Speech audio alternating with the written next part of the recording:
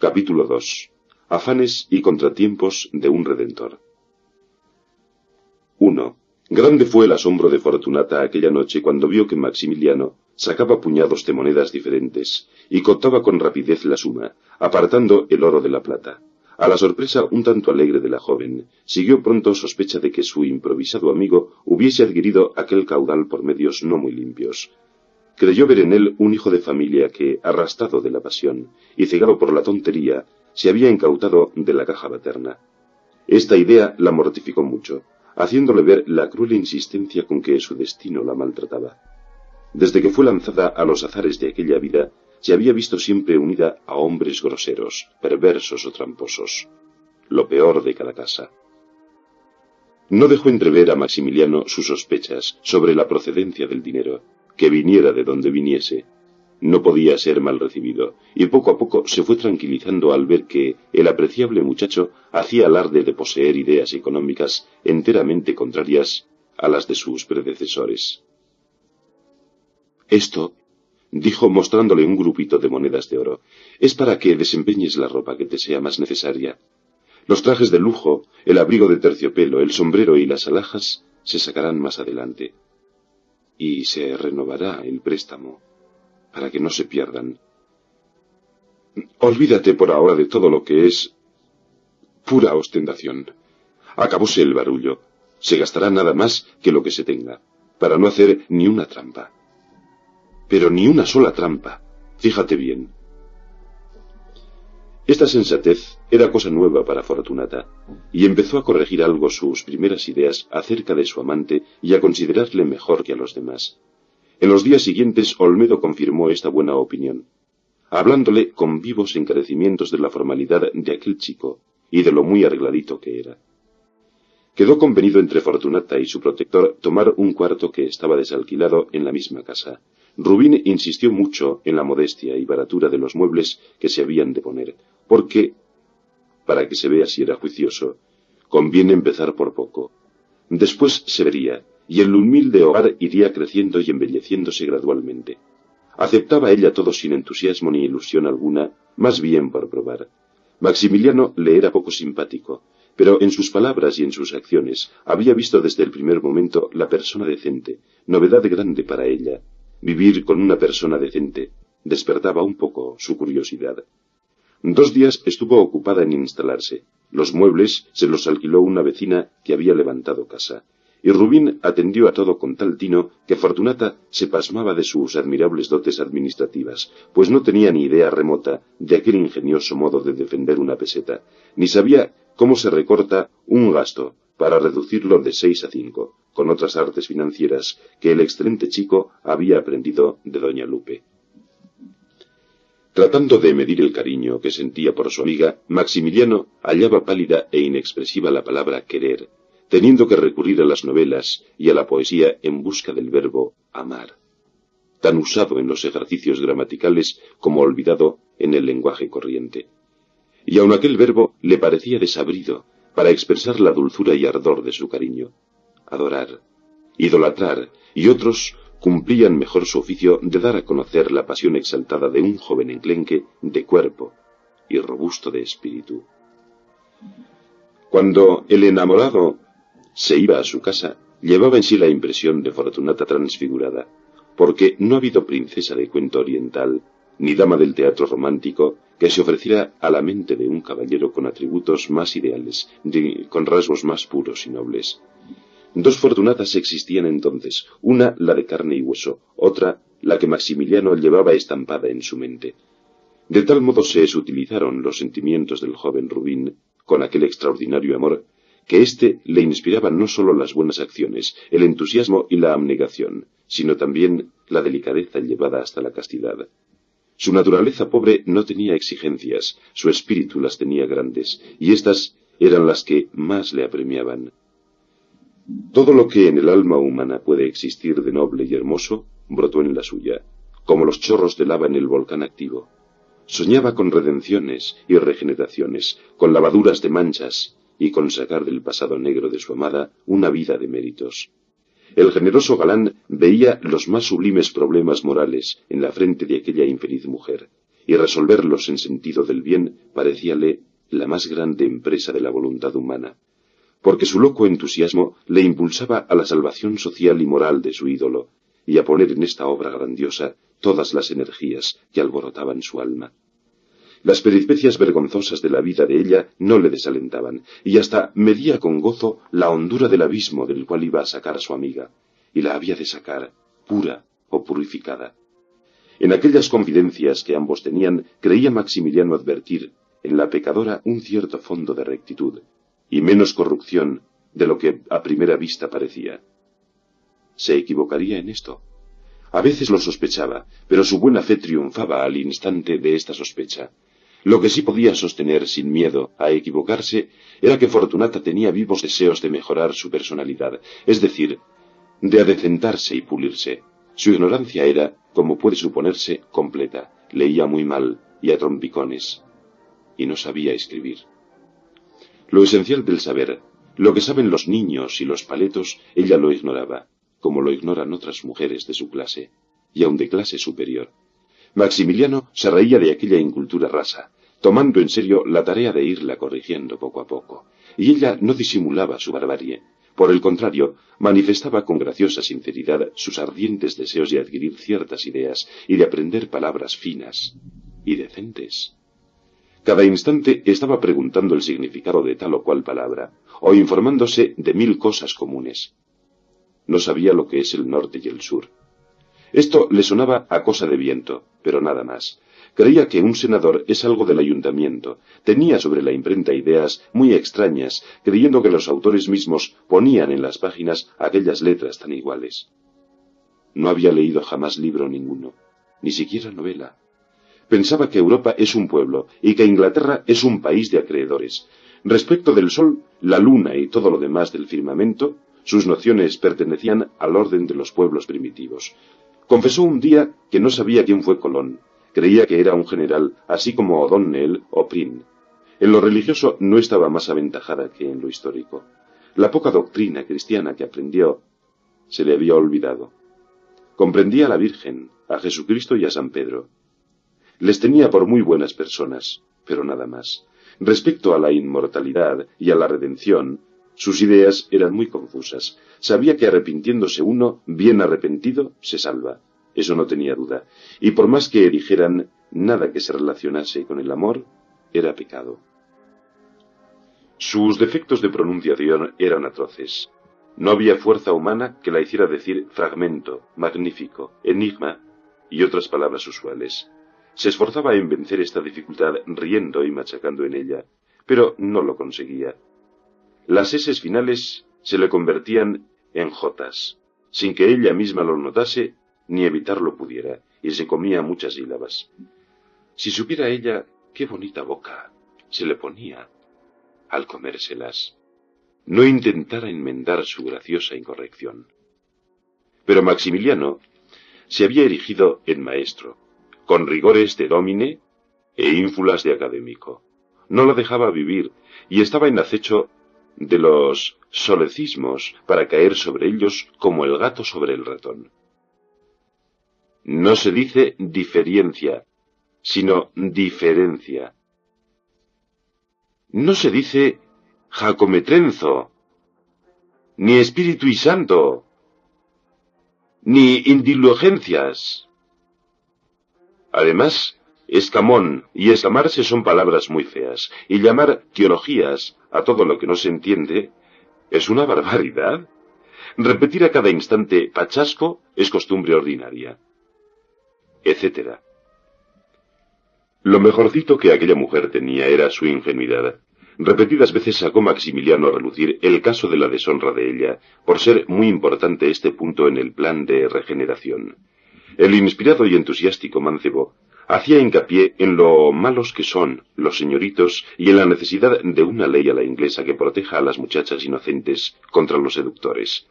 Fortunata no entendía palotada de estas leyes. Lo único que sostenía era que el tal Juanito Santa Cruz era el único hombre a quien había querido de verdad, y que le amaba siempre. ¿Por qué decir otra cosa? Reconociendo el otro con caballeresca lealtad que esta consecuencia era laudable, sentía en su alma punzada de celos que trastornaba por un instante sus planes de redención. ¿Y le quieres tanto que si le vieras en algún peligro, le salvarías? Claro que sí. ¿Me lo puedes creer? Si le vieran un peligro, le sacaría en bien, aunque me perdiera yo. No sé decir más que lo que me sale de entre mí. Si no es verdad esto, que no llegue a la noche con salud. Se puso tan guapa al hacer esta declaración que Rubín la miró mucho antes de decir: No, no jures. No necesitas jurarlo. Te creo. Di otra cosa. ¿Y si ahora entrara por esa puerta y te dijera: Fortunata, ven? ¿Irías? Fortunata miró a la puerta. Rubín tragaba saliva y buscaba en el sitio donde tenemos el bigote algo que retorcer, y encontrando solo unos pelos muy tenues, los martirizaba cruelmente. Eso, según, dijo ella, plegando su entrecejo. ¿Me iría o no me iría? 2. Maximiliano quería saberlo todo. Era como el buen médico que le pide al enfermo las noticias más insignificantes del mal que padece y de su historia para saber cómo ha de curarle. Fortunata no ocultaba nada. Eso bueno tenía, y el doctor amante se encontraba a veces con más quizá de lo necesario para la prodigiosa cura. Y qué horrorizado se quedaba oyendo contar lo mal que se portó el seductor de aquella hermosura. El honradísimo aprendiz de farmacéutico no comprendía que pudieran existir hombres tan malos, y las penas todas del infierno parecíanle pocas para castigarlos. Criminal más perverso que los asesinos y ladrones era, según él, el señorito seductor de doncella pobre, que la hacía creer que se iba a casar con ella y después la dejaba plantada, en medio del arroyo, con su chiquillo, o con las vísperas. ¿Por cuánto haría esto él? Maximiliano Rubín. El tal Juanito Santa Cruz era, pues, el hombre más infame, más execrable y vil que se podía imaginar. Pero la misma ofendida no extremaba mucho, como parecía natural, los anatemas contra el seductor, por cuya razón tuvo Maximiliano que redoblar su furia contra él, llamándole monstruo y otras cosas muy malas. Fortunata veíase forzada a repetirlo, pero no había medio de que pronunciara la palabra monstruo.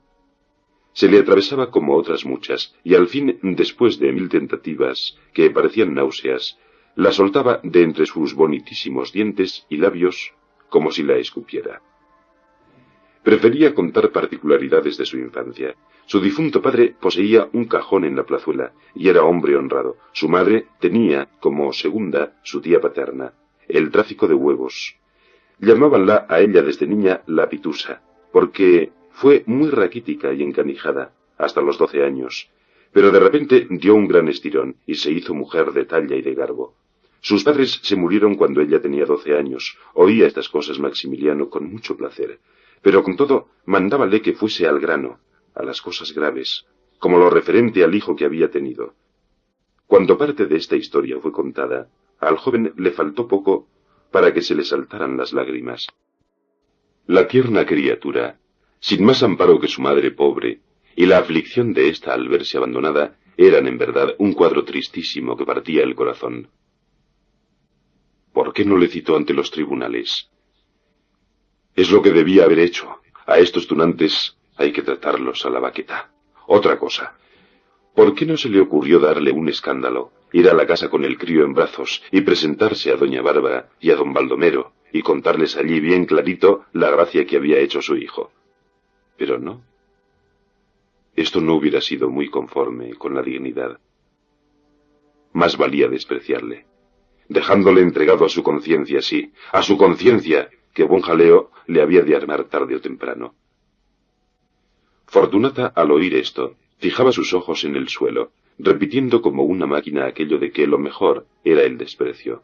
Sí, despreciarle, repetía el otro, pues era ignominia solicitar su protección. Aunque le dieran lo que le dieran, no era capaz Fortunata de decir ignominia. Maximiliano insistió en que había sido una gran falta pedir amparo al mismo Juanito Santa Cruz, a aquel infame. Cuando volvió ella a Madrid, y le cayó su niño enfermo. Pero, tontín, si no es por él, no hubiéramos tenido con qué enterrarle, dijo Fortunata saliendo a la defensa de su propio verdugo. Primero le dejo yo insepulto que recurrir. La dignidad, hija, es antes que todo. Fíjate bien en esto. Lo que quiero saber ahora es ¿qué sujeto era ese con quien te uniste después? El que te sacó de Madrid y te llevó de pueblo en pueblo, como los trastos de una feria. Era un hombre traicionero y malo, dijo Fortunata con desgana, como si el recuerdo de aquella parte de su vida le fuera muy desagradable. Me fui con él porque me vi perdida y no tenía a dónde volverme. Era hermano de un vecino nuestro de la cava de San Miguel. Primeramente tuvo un cajón de casquería en la plaza y después puso tienda de quincalla. Iba a todas las ferias con un sinfín de arcas llenas de baratijas y armaba tienda. Le llamaban Juárez el Negro, por tener la color muy moreno. Viéndome tan mal, me ofreció el oro y el moro. ¿Y qué iba a hacer y a acontecer? Mi tía me echó de la casa y mi tío desapareció. Yo estaba enferma y Juárez me dijo que si me iba con él, me llevaría a Baños. Decía que ganaba montes y montones en las romerías y que yo iba a estar como una reina. No se podía casar conmigo porque era casado, pero en cuantito que se muriera su mujer, que era una borrachona, cumpliría, sí señor, cumpliría conmigo. Y siguió relatando con rapidez aquella página fea, deseando concluir pronto. Lo del señorito Santa Cruz, siendo tan desastroso, lo refería con prolijidad y aun con cierta amarga complacencia. Pero lo de Juárez el Negro salía de sus labios como una confesión forzada, o testimonio ante los tribunales de esos que van quemando la boca a medida que salen. ¿Cuánto le pesó ponerse en manos de aquel hombre? Era un perdido, un charrán, una mala persona. Hubiérase resistido a seguirle si no la empujaran a ello los parientes con quienes vivía, los cuales no tenían maldita gana de mantenerle el pico. Pronto vio que todo lo que le ofrecía Juárez el Negro era conversación. No ganaba un cuarto. Con el mundo entero armaba camorra, y todo el veneno que iba amasando en su maldecida alma por la mala suerte lo descargaba sobre su querida. En fin, vida más arrastrada no la había pasado ella nunca, ni esperaba volverla a pasar. Con el dinero de Juanito Santa Cruz, que éste les dio cuando estuvieron en Madrid y se murió el niñito, hubiera podido el muy bestia de Juárez arreglar su comercio. ¿Pero qué hizo? Beber y más beber. El vinazo y el aguardentazo le remataron. Una mañana despertó ella oyéndole dar unos grandes gruñidos, así como si le estuvieran apretando el tragadero. ¿Qué era? Que se estaba muriendo. Saltó espantada de la cama y llamó a los vecinos. No hubo tiempo de suministrarle, y solo le cogió la unción. Esto pasaba en Lérida. A los 2 días vendió sus 4 trastos y con los cuartos que pudo juntar plantóse en Barcelona. Había hecho juramento de no volver a tratar con animales. Libertad, libertad y libertad era lo que le pedían el cuerpo y el alma. La verdad ante todo. ¿Para qué decir una cosa por otra? La franqueza es una virtud cuando no se tienen otras, y la franqueza obligaba a Fortunata a declarar que en la primera temporada de anarquía moral se había divertido algo, olvidando sus penas como las olvidan los borrachos. Su éxito fue grande, y su falta de educación ayudaba a cegarla. Llegó a creer que, encenagándose mucho, se vengaba de los que la habían perdido, y solía pensar que si el pícaro Santa Cruz la veía hecha un brazo de mar, tan elegantona y triunfante, se le antojaría quererla otra vez. Pero sí, para él estaba. Contó a renglón seguido tantas cosas que Maximiliano se sintió lastimado. Tuvo precisión de echar un velo, como dicen los retóricos, sobre aquella parte de la historia de su amada. El velo tenía que ser muy denso, porque la franqueza de Fortunata arrojaba luz vivísima sobre los sucesos referidos, y su pintoresco lenguaje los hacía reverberar. Dio ella entonces algunos cortes a su relación, comiéndose no ya las letras, sino párrafos y capítulos enteros, y he aquí en sustancia lo que dijo. Torrellas, el célebre paisajista catalán, era tan celoso que no la dejaba vivir, Inventaba 1000 tormentos, armándole trampas para ver si caía o no caía. Tan odioso llegó a serle aquel hombre que al fin se dejó ella caer. Metióse adrede en la trampa, conociéndola, por gusto de jugarle una partida al muy majadero, porque así se vengaba de las muchas que le habían jugado a ella. Y nada más. Total, que por poco la mata el condenado pintor de árboles. Lo que más quemaba a este era que la infidelidad había sido con un íntimo amigo suyo, pintor también, autor del cuadro de David mirando a... Fortunata no se acordaba del nombre, pero era una que estaba bañándose. A ninguno de los dos artistas quería ella, por ninguno de los dos hubiera dado 2 cuartos, si se compraran con dinero. Más que ellos valían sus cuadros. Desde que engañó al primero con el segundo, se le puso en la cabeza la idea de pegársela a los dos con otro. Y la satisfacción de este deseo se la proporcionó un empleado joven, pobre y algo simpático, que se parecía mucho a Juanita Santa Cruz. Otro velo. Maximiliano se vio precisado a echar otro velo. «Cállate. Hazme el favor de callarte», le dijo, pensando que, según iba saliendo la historia, necesitaba lo menos una pieza de tul, pero ella siguió narrando. Pues como iba diciendo, el tal joven salió también un buen punto. Una mañana, mientras ella dormía, le empeñó todas sus alhajas para jugar, y aquí paz. Vino después un viejo que le daba mucho dinero y la llevó a París, donde se engalanó y afinó extraordinariamente su gusto para vestirse. Viejo mascuco. Había sido general Caracunda en la otra guerra, y trataba mucho con gente de sotana. Era muy vicioso, y le daba muchas jaquecas con tantísimas incumbencias como tenía. Un día se quemó ella y le plantó en la calle. Sucesor Campos, que le puso casa con gran rumbo. Parecía hombre muy rico, pero luego resultó que era un trampa larga. Antes de venir a Madrid le dio a ella olor de chubasco, y a poco de estar aquí vio que se venía la tempestad encima. Camps, o Campos, traía recomendaciones para el director del Tesoro, y quiso cobrar unos pagarés falsos de fusiles que se suponían comprados por el gobierno.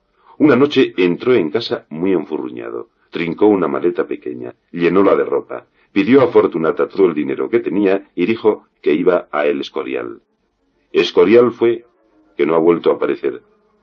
Lo demás bien lo sabe Maximiliano. El sucesor de Camps había sido él, y ya se le conocía en cierto resplandor de sus ojos el orgullo que la herencia le produjera, porque bien claro lo había dicho Fortunata, gracias a Dios, que encontraba en su camino una persona decente. Sentíase Maximiliano poseedor de una fuerza redentora, hermana de las fuerzas creadoras de la naturaleza. Ya vería el mundo la irradiación de bondad y de verdad que él iba a arrojar sobre aquella infeliz víctima del hombre.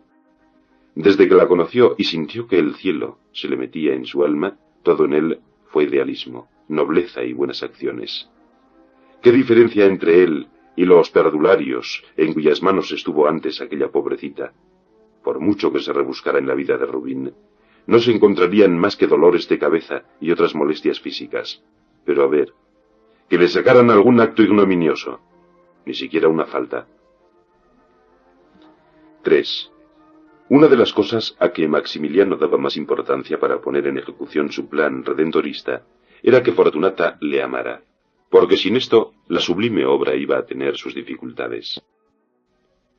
Si Fortunata se prendaba de él, aunque se prendara por lo moral, que es la menor cantidad de amor posible, no era tan difícil que él la convirtiera al bien, por la atracción de su alma.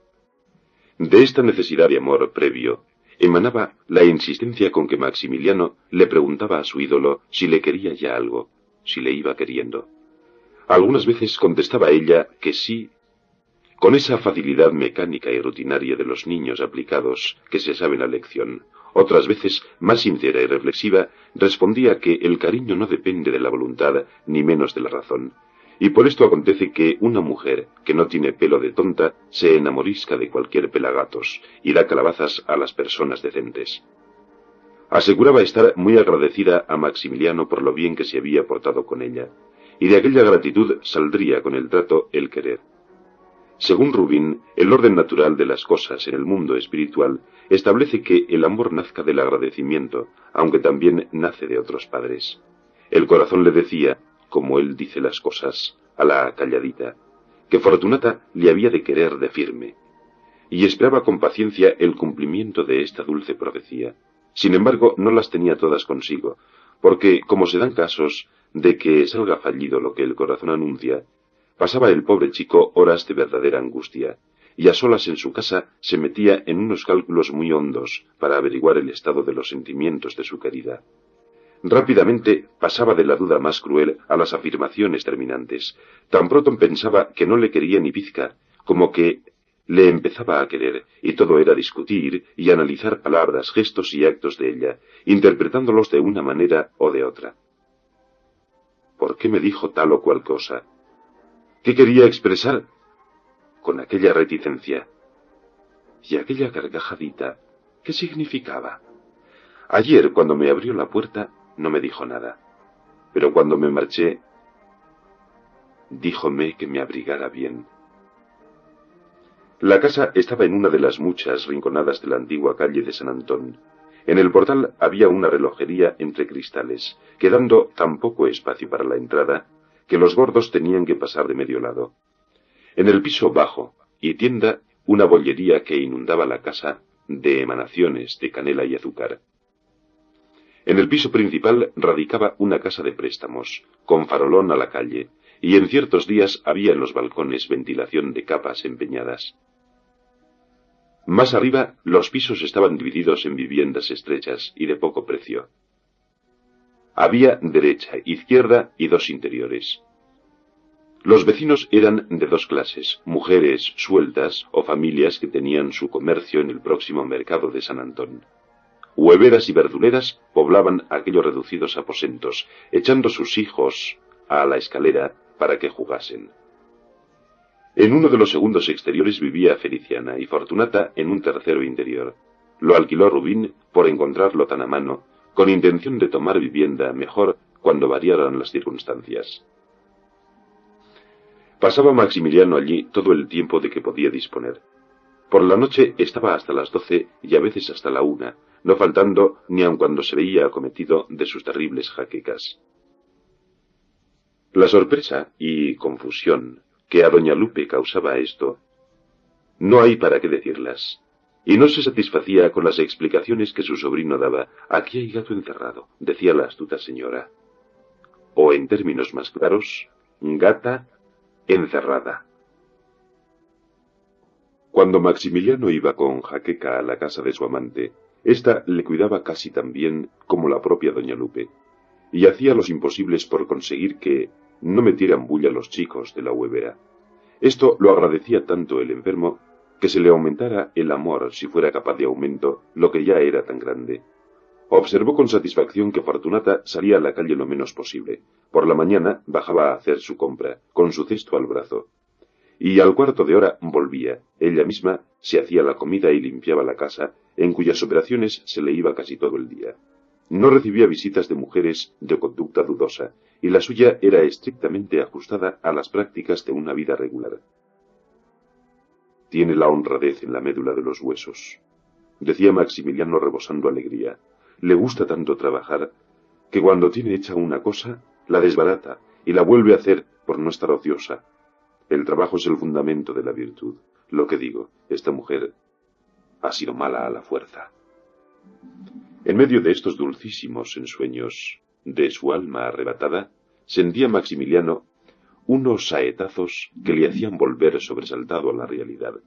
Era como la feroz picada de un mosquito, cuando estamos empezando a dormirnos dulcemente. Por mucho que se estirase el dinero sacado de la hucha, al fin se tenía que concluir, porque todo es finito en este mundo, y el metálico precisamente es una de las cosas más finitas que se pueden imaginar.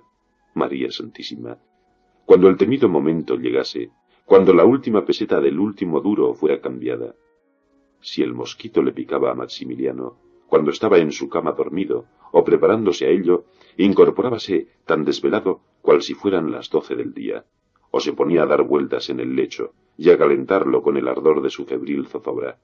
A veces invocaba al cielo con íntimo fervor de oración. Esperaba que la obra generosa que había emprendido pesase mucho en las recónditas intenciones de la providencia, para que ésta le sacase del atolladero en que los amantes iban a caer. Él no era un granuja. Ella se estaba portando bien, y con su conducta echaba velos y más velos sobre lo pasado. Si la providencia no tenía en cuenta estas circunstancias, ¿de qué le valía a uno portarse bien y ser un modelo de orden y buena fe? Esto es claro como el agua. Fortunata pensaba lo mismo cuando él le confiaba sus temores. Tenía que ser así, o todo lo que se habla de la providencia es patraña. Pronto diré cómo se salieron con la suya, con lo cual se demostró que tenían allá arriba, en los mismos cielos, alguna entidad de peso que les protegía. Bien ganada se tenían esta protección, porque él, enaltecido por su cariño, ella, aspirando a la honradez y ensayándose en practicarla, eran dos seres que valían cualquier dinero, o en otros términos, dignos de que se les facilitaran los medios de continuar su campaña virtuosa. 4. La única visita que recibían era la de Feliciana y Olmedo. Ni una ni otro agradaban mucho a Maximiliano, ella por su ordinariez y por sus sentimientos innobles, incapaz de apetecer la honradez como estado permanente, él por ser muy atropellado, muy hablador, muy amigo de contar cuentos sucios y de decir palabras indecentes. Entraba siempre con el sombrero echado atrás, afectando una grosería de maneras que no tenía, imitando los modales y hasta el andar de los borrachos, arrastrando las palabras, pero absteniéndose de beber con disculpa de mal de estómago. En realidad porque se mareaba y embrutecía a la segunda copa. En confianza dijo Maximiliano a Fortunata que debían mudarse de casa para no tener vecinos tan contrarios al método de personas decentes que se habían impuesto. De todo lo que el enamorado pensaba hacer para la redención de su querida, nada le parecía tan urgente como enseñarla a escribir y a leer bien. Todas las mañanas la tenía media hora haciendo palotes.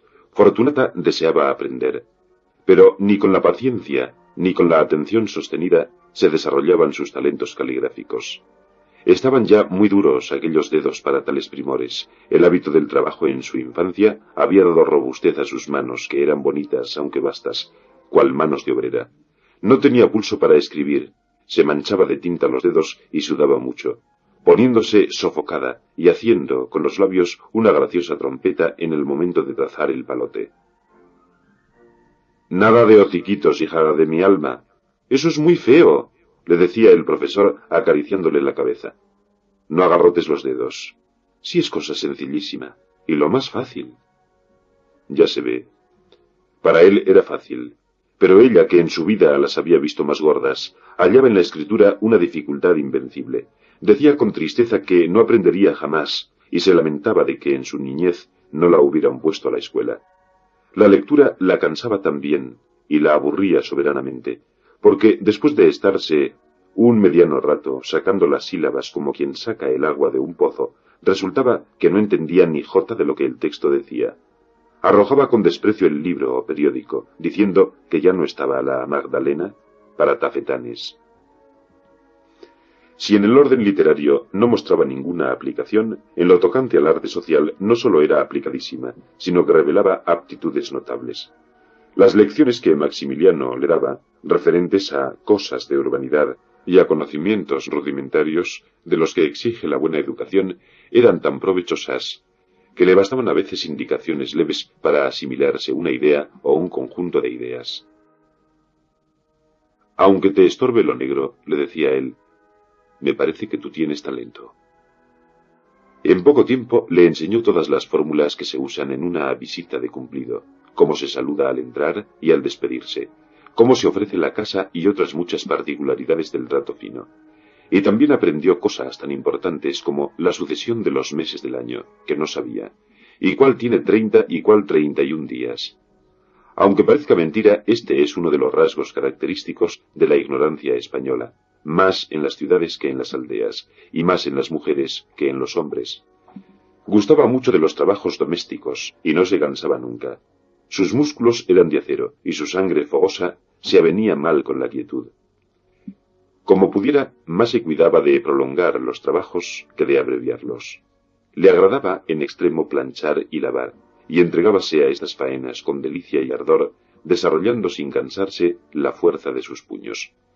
Tenía las carnes duras y apretadas, y la robustez se combinaba en ella para componer la más hermosa figura de salvaje que se pudiera imaginar. Su cuerpo no necesitaba corsé para ser esbeltísimo. Vestido, enorgullecía a las modistas. Desnudo o a medio vestir, cuando andaba por aquella casa, tendiendo ropa en el balcón, limpiando los muebles o cargando los colchones cual si fueran cojines para sacarlos al aire, parecía una figura de otros tiempos. Al menos así lo pensaba Rubín, que sólo había visto belleza semejante en pinturas de Amazonas o cosa tal.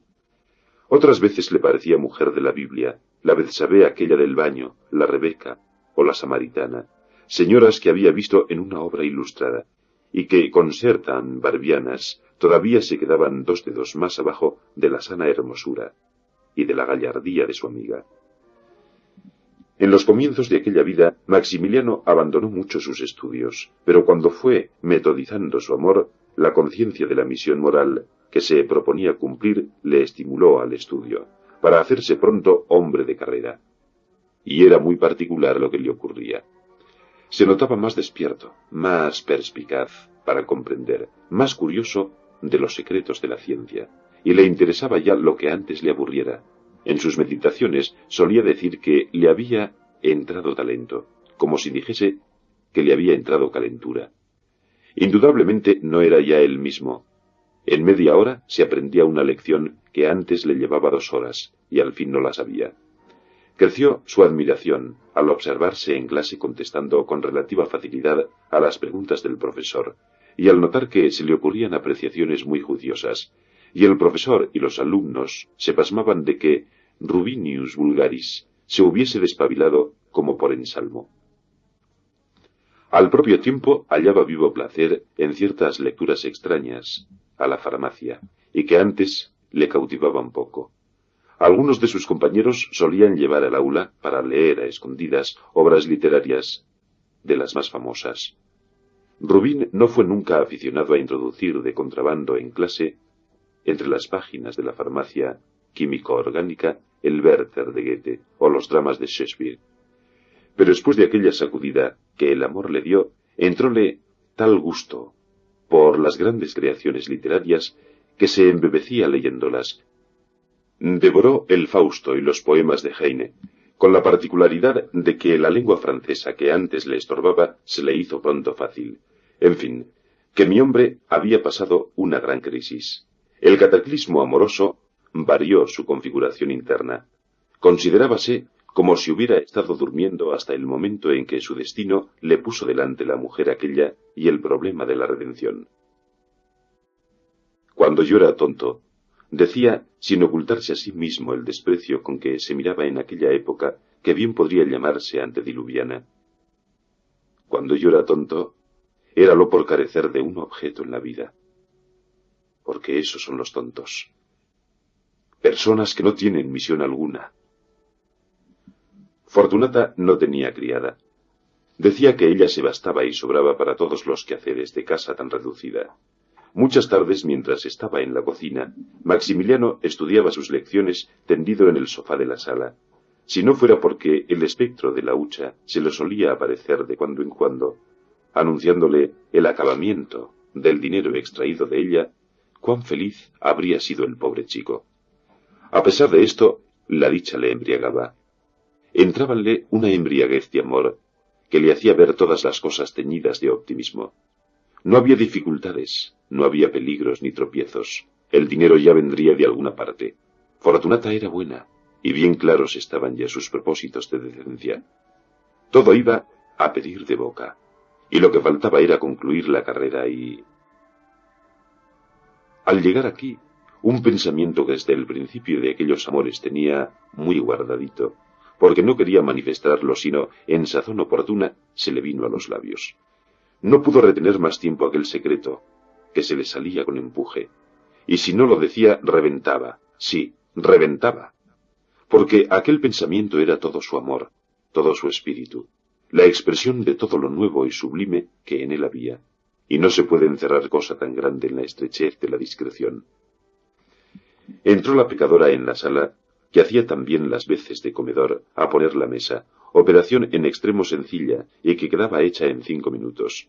Maximiliano se abalanzó a su querida, con aquella especie de vértigo de respeto que le entraba en ocasiones, y besándole castamente un brazo, que medio desnudo traía, cogiéndole después la mano, basta, y estrechándola contra su corazón le dijo: «Fortunata, yo me caso contigo». Ella se echó a reír con incredulidad, pero Rubín repitió el «me caso contigo» tan solemnemente que Fortunata lo empezó a creer. «Hace tiempo», añadió él. «Hace tiempo que lo había pensado. Lo pensé cuando te conocí hace un mes, pero me pareció bien no decirte nada hasta tratarte un poco. O me caso contigo o me muero. Este es el dilema». «Tiene gracia. ¿Y qué quiere decir dilema?» «Pues esto, que o me caso o me muero. Has de ser mía ante Dios y los hombres. ¿No quieres ser honrada? Pues con el deseo de serlo y un hombre, ya está hecha la honradez. Me he propuesto hacer de ti una persona decente, y lo serás. Lo serás si tú quieres». Inclinóse para coger los libros que se habían caído al suelo. Fortunata salió para traer lo que en la mesa faltaba, y al entrar le dijo: «Ya lo tengo pensado, pero muy bien pensado». «¿Y a ti te había ocurrido esto?» «No. No me pasaba por la imaginación. Tu familia ha de hacer la contra». «Pronto seré mayor de edad», afirmó Rubín con brío. «Opóngase o no, lo mismo me da». Fortunata se sentó a su lado, dejando la mesa a medio poner y la comida a punto de quemarse. Maximiliano le dio muchos abrazos y besos, y ella estaba como aturdida, como risueña en verdad, esparciendo miradas de un lado para otro. La generosidad de su amigo no le era indiferente, y contestó a los apretones de manos con otros no tan fuertes, y a las caricias de amor con otras de amistad. Levantóse para volver a la cocina, y en ella su pensamiento se balanceó en aquella idea de casorio, mientras maquinalmente echaba la sopa en la sopera. ¿Casarme yo? Pachasco, y con este encanijado. Vivir siempre, siempre con él, todos los días, de día y de noche. Pero calcula tú, mujer. Ser honrada, ser casada, señora de tal, persona decente. 5. Maximiliano solía contar algunos particulares de la familia de Rubín, por lo cual tenía ella noticias de doña Lupe, de Juan Pablo y del cura. Con los detalles que el joven iba dando de sus parientes, ya Fortunata los conocía como si los hubiera tratado. Aquella noche, excitado por el entusiasmo que le produjo la resolución de casamiento, se dejó decir, tocante a su tía, algo que era quizá indiscreto. Doña Lupe prestaba dinero, por mediación de un tal Torquemada, a militares, empleados y a todo el que cayese. Hablando con completa sinceridad, Maximiliano no era partidario de aquella manera de constituirse una renta, pero él, ¿qué tenía que ver con los actos de su señora tía? Esta le amaba mucho, probablemente le haría su heredero. Tenía una papelera antigua, negra y muy grande de hierro, frente a su cama, donde guardaba el dinero y los pagarés de los préstamos. Gastaba lo preciso, y de mes en mes su fortuna aumentaba sabe Dios cuánto. Debía de ser muy rica, pero muy rica, porque él veía que Torquemada le llevaba resmas de billetes. En cuanto a su hermano Juan Pablo, ya se sabía a ciencia cierta que estaba con los carlistas, y si estos triunfaban ocuparía una posición muy alta. Su hermano Nicolás había de parar en canónigo, y quién sabe si en obispo. En fin, que por todos lados se ofrecían a la joven pareja horizontes sonrosados. En estas y otras conversaciones se pasaron la primera noche, hasta que se retiró Maximiliano a su casa, quedándose Fortunata tan pensativa y preocupada que se durmió muy tarde, y pasó la noche intranquila. El amante también estaba poco dispuesto al sueño, mas era porque el entusiasmo le hacía cosquillas en el epigastrio. atravesándole un bulto en el vértice de los pulmones, con lo que le pesaba el respirar, y además poníale candelas encendidas en el cerebro. Por más que él soplaba para apagarlas y poder dormirse, no le podía conseguir. Su tía estaba con él un poco seria. Sin duda sospechaba algo, y como persona de mucho pesquís, no se tragaba ya aquellas bolas de estudiar fuera de casa y de los amigos enfermos, a quienes era preciso velar. A los 2 días de aquel en que el exaltado mozo se arrancó a prometer su mano, doña Lupe tuvo con él una grave conferencia.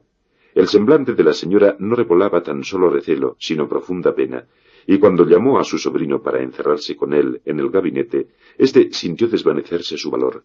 Quitóse la señora el manto y lo puso sobre la cómoda bien doblado. Después de clavar en él los alfileres, mirando a su sobrino de un modo que le hizo estremecer, le dijo: «Tengo que hablarte detenidamente». Siempre que su tía empleaba el detenidamente, era para echarle un réspice. «¿Tienes hoy jaqueca?», le preguntó después doña Lupe. Maximiliano estaba muy bien de la cabeza, pero para colocarse en buena situación dijo que sentía principios de jaqueca. Así doña Lupe tendría compasión de él. Dejóse caer en un sillón y se comprimió la frente. «Pues se trata de una mala noticia», aseveró la viuda de Jáuregui. «Quiero decir, mala. Bueno, precisamente mala no, aunque tampoco es buena».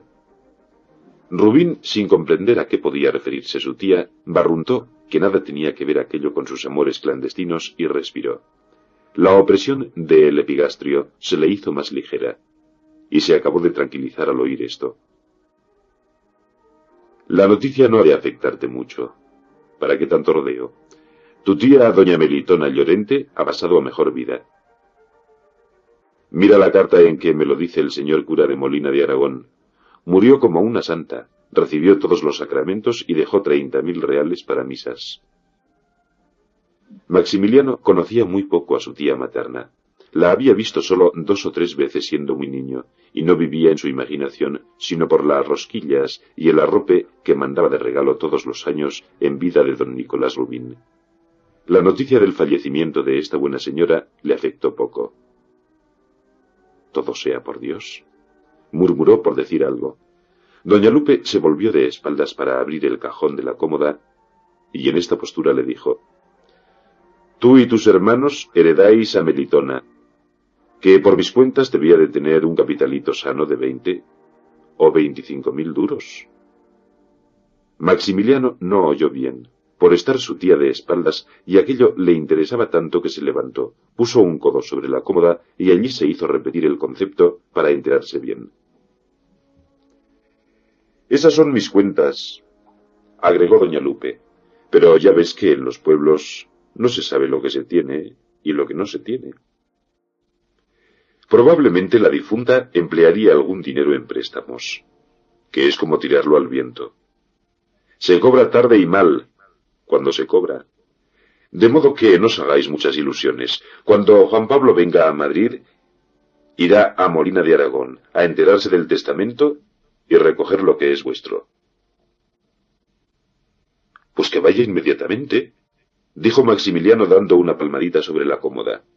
«Pero aquello de llegar y en la misma estación coger el billete y zas al tren otra vez. Hombre, no tanto. Tu hermano está en Bayona. Lo mejor es que se pase por Molina antes de venir a Madrid. Le escribiré hoy mismo. Sosiégate. Tú eres así. O la apatía andando o la pura pólvora. Eso es ahora, que antes, para mover un pie, le pedías licencia al otro. Te has vuelto muy atropellado». Le miró de un modo tan indagador que al pobre chico se le volvieron a abatir los ánimos. Era hombre de carácter siempre que su tía no le clavase la flecha de sus ojuelos pardos y sagaces, y viose tan perdido que se apresuró a variar la conversación, preguntando a su tía cuántos años tenía doña Melitona. Estuvo la señora de Jáuregui un ratito haciendo cuentas, estirando el labio inferior, la cabeza oscilando como un péndulo y los ojos vueltos al techo, hasta que salió una cifra, de la cual Maximiliano no se hizo cargo. Volvió después doña Lupe a tomar en boca la metamorfosis de su sobrino, deslizando algunas bromitas que a éste le supieron a cuerno quemado. «Ya se ve. Con estos estudios que haces ahora en casa de los amigos, te habrás vuelto un poco de ciencia. A mí no me vengas con fábulas. Tú te pasas el día y la mitad de la noche en alguna conspiración. Porque por el lado de las mujeres no temo nada, francamente. Ni a ti te gusta eso, ni puedes, aunque te gustara. Aquel ni puedes incomodaba tanto al joven y le parecía tan humillante que a punto estuvo de dar a su tía un mentís como una casa.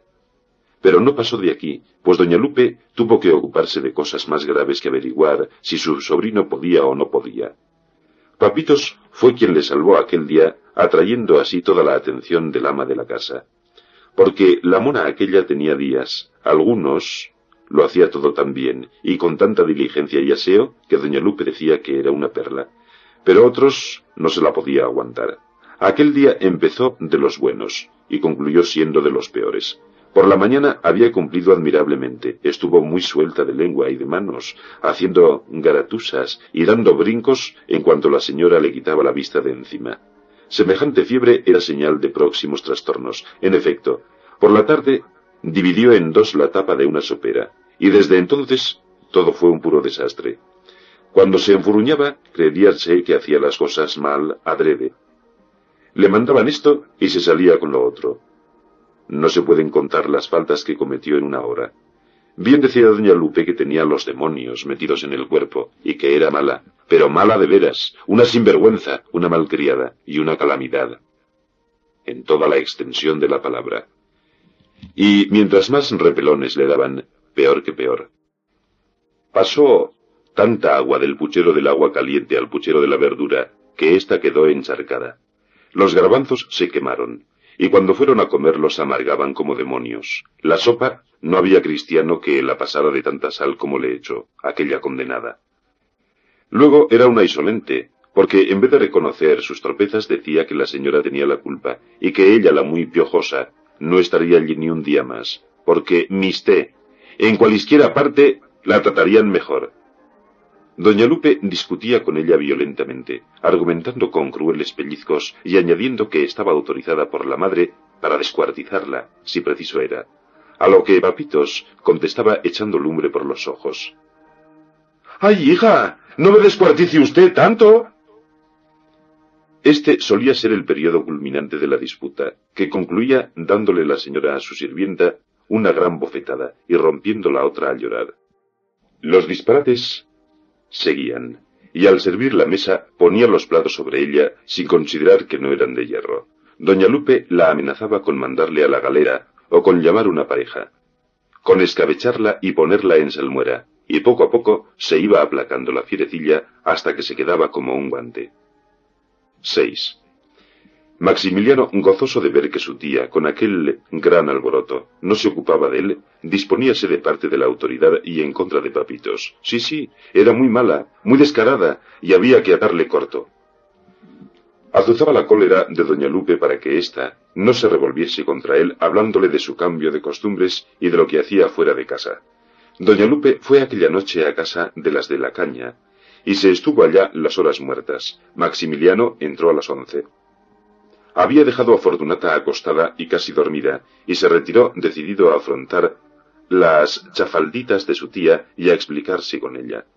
Porque después del caso de la herencia, ya no podía dudar de que la providencia le favorecía, abriéndole camino.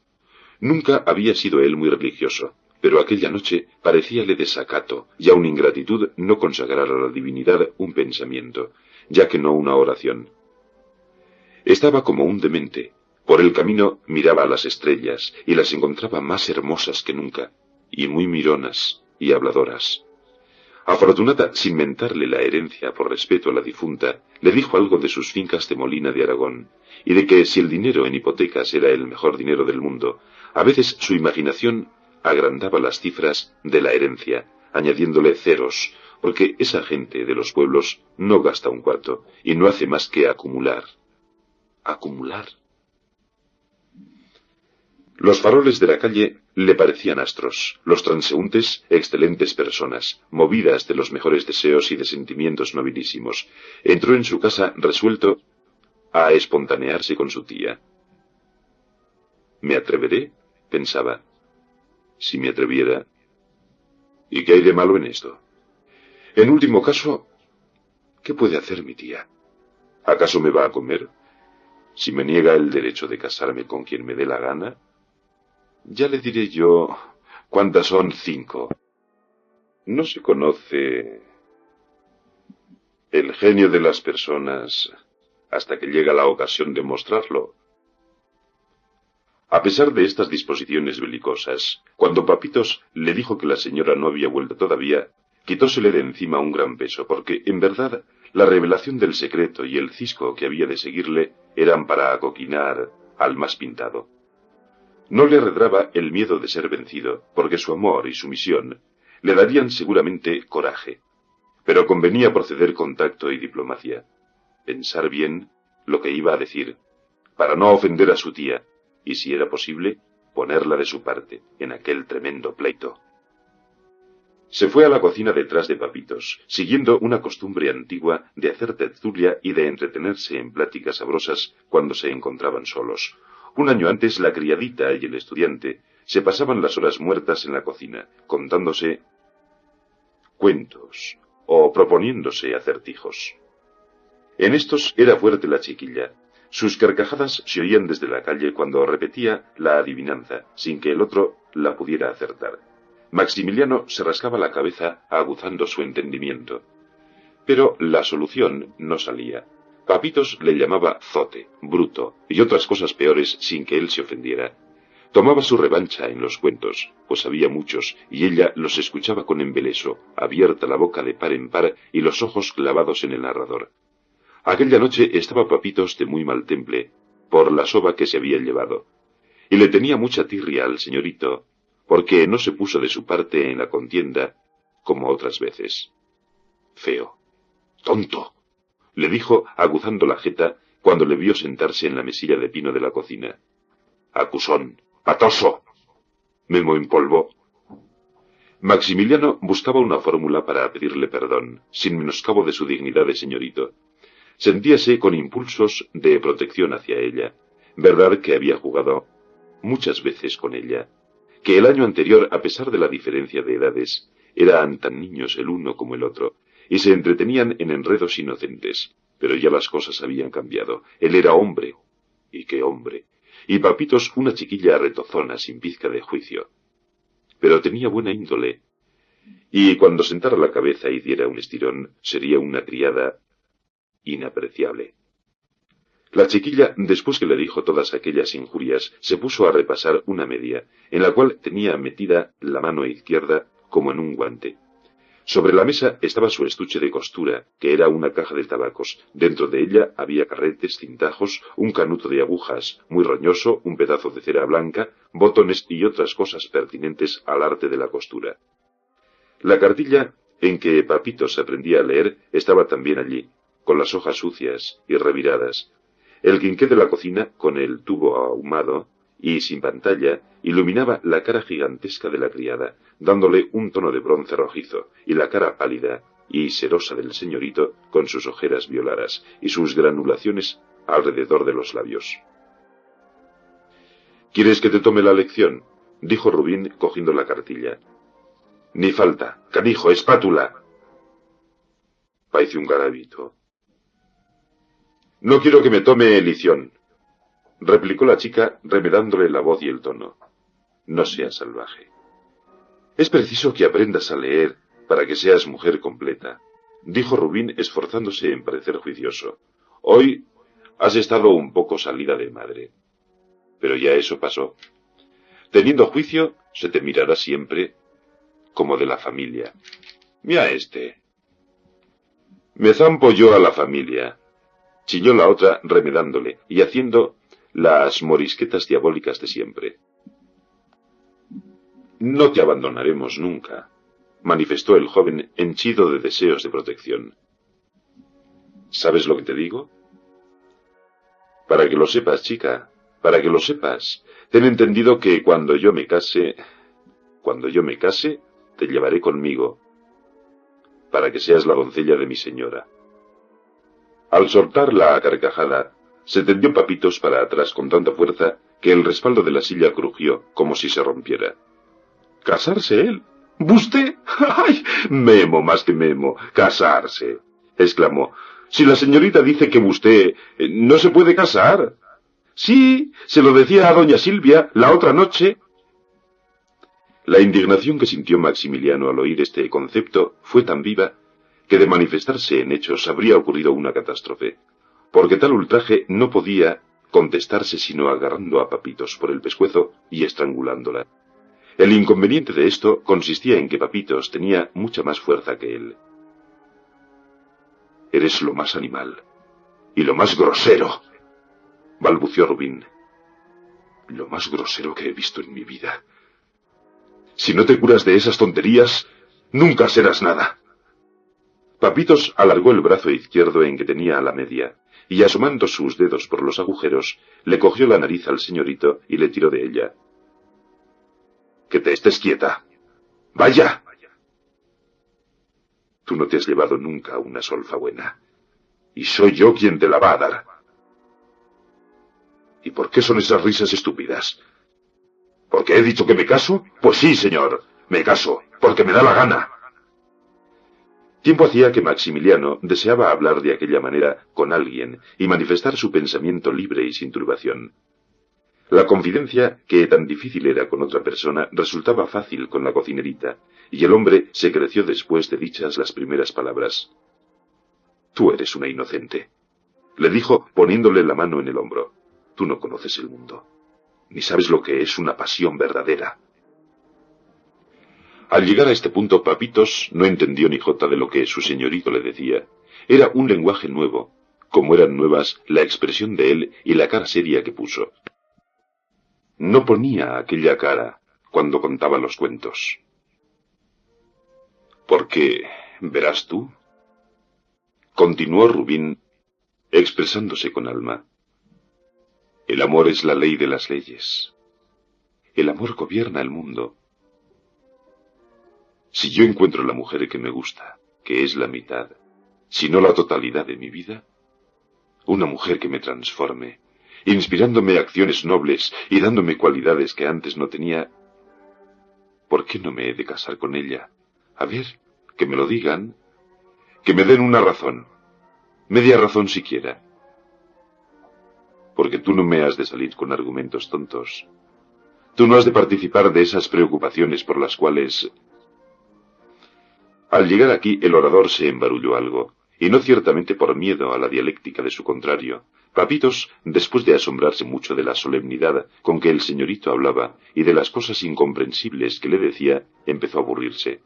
Siguió Maximiliano descargando su corazón, que otra coyuntura de desahogo como aquella no se le volvería a presentar, y por fin la niña estiró el brazo izquierdo sobre la mesa. Y como estaba tan fatigada del ajetreo de aquel día y de los coscorrones, hizo del brazo almohada y reclinó su cabeza en ella. En aquel momento Maximiliano, exaltado por su propia elocuencia, se dejó decir: «La única razón que me dan es que si ha sido o no ha sido esto o lo otro. Respondo que es falso, falsísimo. Si hay en su existencia días vergonzosos, y no diré tanto como vergonzosos, días borrascosos, días desventurados, ha sido por ley de la necesidad y de la pobreza, no por vicio. Los hombres, los señoritos, esa raza de Caín, corrompida y miserable, tienen la culpa. Lo digo y lo repito. La responsabilidad de que tanta mujer se pierda recae sobre el hombre. Si se castigara a los seductores y a los petimetres, la sociedad». Papitos dormía como un ángel, apoyada la mejilla sobre el brazo tieso, y conservando en la mano de él la media, por cuyos agujeros asomaban los dedos. Dormía con plácido reposo, la cara seria, como si aprobase inconscientemente las perrerías que el otro decía de los seductores, y aprovechara la lección para cuando le tocara. El propio calor de sus palabras llevó a Maximiliano a una exaltación que parecía insana. No podía estar quieto ni callado. Levantóse y fue por los pasillos adelante, hablando solo en baja voz y haciendo gestos. El pasillo estaba oscuro, pero él conocía también todos los rincones, que andaba por ellos sin vacilación ni tropiezo.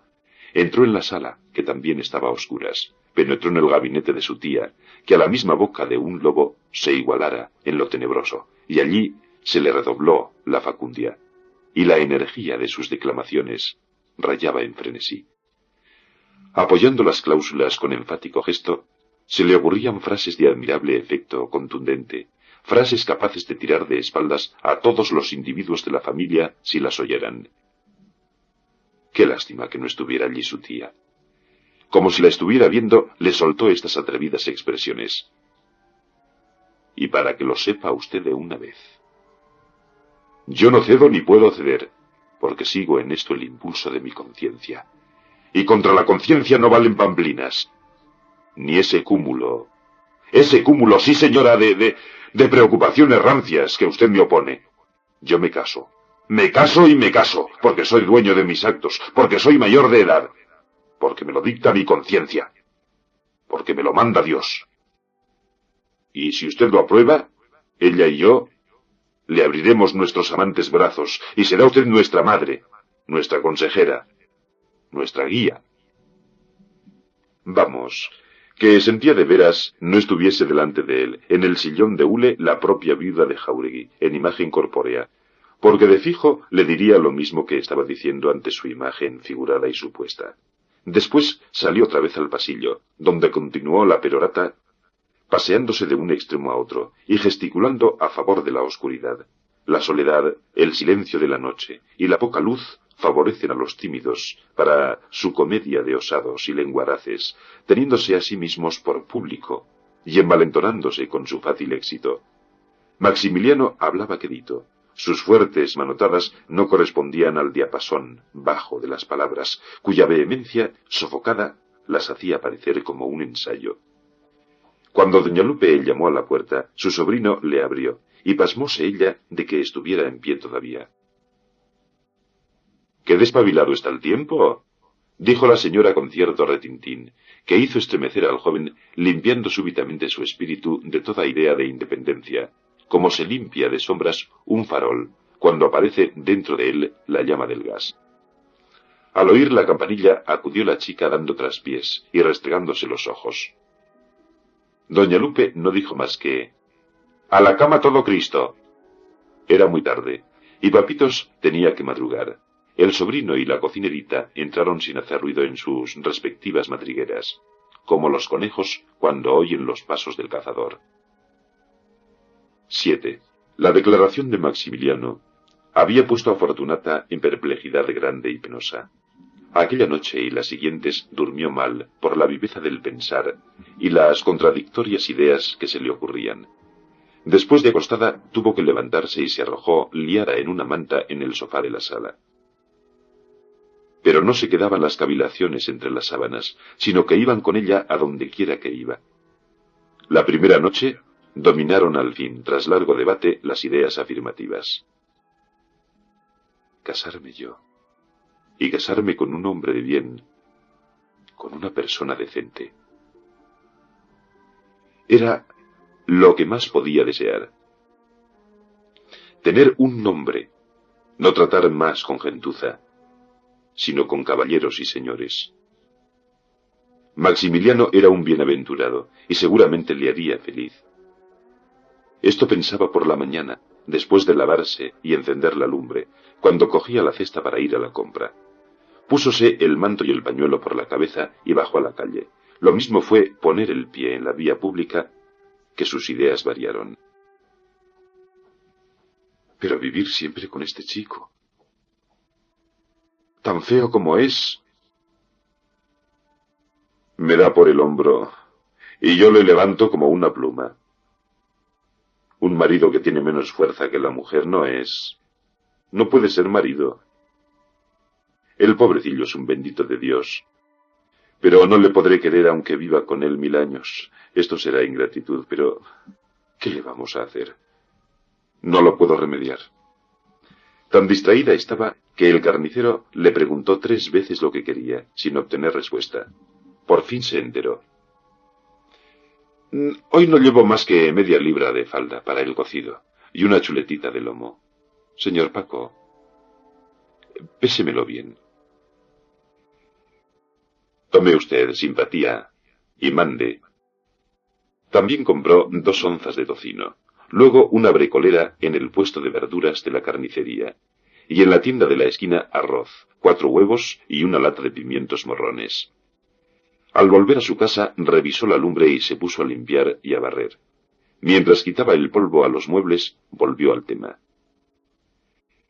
No se encuentra todos los días un hombre que quiera echarse encima una carga como esta. Hizo la cama y después empezó a peinarse. Al ver en el espejo su linda cara pálida, dióle por emplear argumentos comparativos. Porque, María Santísima, si Maximiliano apostaba a feo, no había quien le ganara. Y qué mal huelen las boticas. Debió de haber seguido otra carrera. Dios me favorezca. Si tuviera algún hijo, me acompañaría con él. Pero qué ha.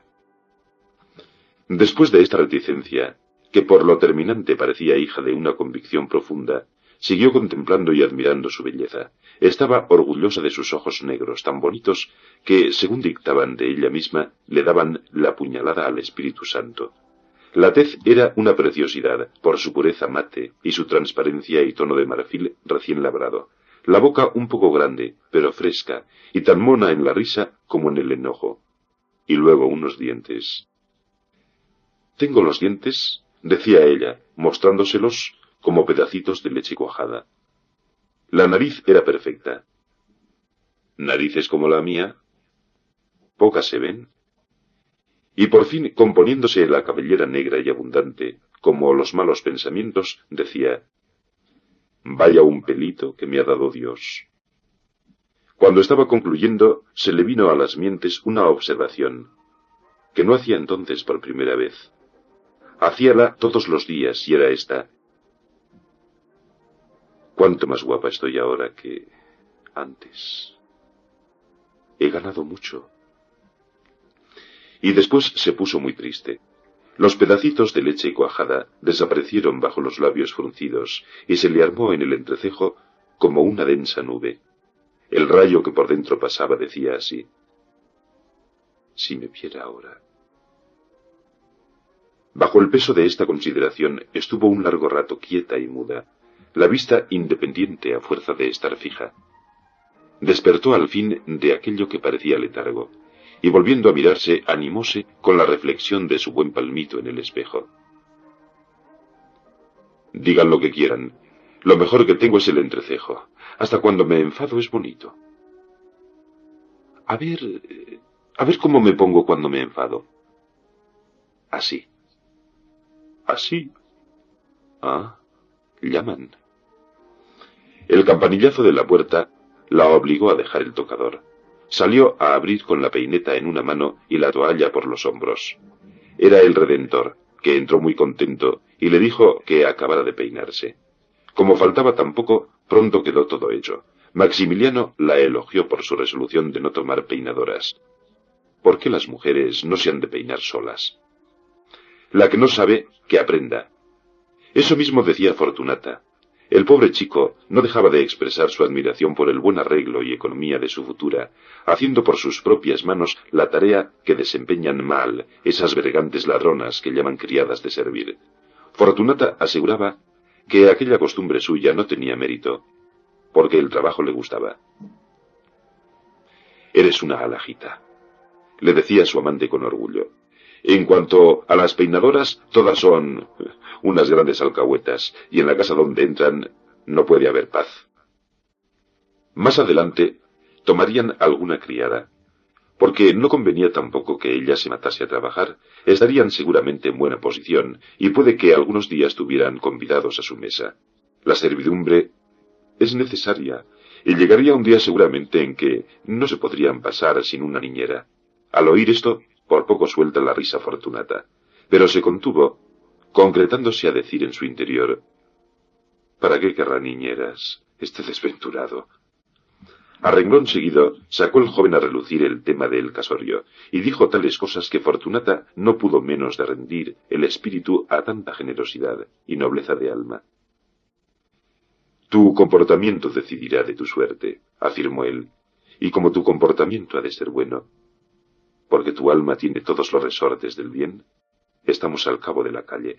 Yo pongo sobre tu cabeza la corona de mujer honrada. Tú harás porque no se te caiga y por llevarla dignamente. Lo pasado, pasado está. Y el arrepentimiento no deja ni rastro de mancha. Pero ni rastro... Lo que diga el mundo no nos importa. ¿Qué es el mundo? Fíjate bien y verás que no es nada, cuando no es la conciencia. A Fortunata se le humedecieron los ojos, porque era muy accesible a la emoción, y siempre que se le hablaba con solemnidad y con un sentido generoso, se conmovía, aunque no entendiera bien ciertos conceptos. La enternecía el tono, el estilo y la expresión de los ojos. Creyó entonces caso de conciencia hacer una observación a su amigo. Piensa bien lo que haces, le dijo. Y no comprometas por mí tu... Quería decir dignidad, pero no dio con la palabra por el poco uso que en su vida había hecho de vocablos de esta naturaleza. Pero se dio sus mañas para expresar toscamente la idea, diciendo: calcula que los que me conozcan te van a llamar el marido de la Fortunata, en vez de llamarte por tu nombre de pila. Yo te agradezco mucho lo que haces por mí, pero como te estimo, no quiero verte con... Quería decir con un estigma en la frente, pero ni conocía la palabra, ni aunque la conociera, la habría podido decir correctamente. No quiero que te tomen el pelo por mí, fue lo que dijo, y se quedó tan fresca, esperando convencerle. Pero Maximiliano, fuerte en su idea y en su conciencia, como dentro de un doble baluarte inexpugnable, se echó a reír. Semejantes argumentos eran para él, como sería para los poseedores de Gibraltar ver que los quisiera asaltar un enemigo armado con una caña. Valiente caso hacía él de las estupideces del vulgo. Cuando su conciencia le decía: mira, hijo, este es el camino del bien, vete por él, ya podía venir todo el género humano a detenerle. Ya podían apuntarle con un cañón rayado, porque él iba sacando un carácter de que aún no se había enterado la gente, un carácter de acero, y todo lo que se decía de su timidez era conversación. Que tú seas buena, honrada y leal, es lo que importa.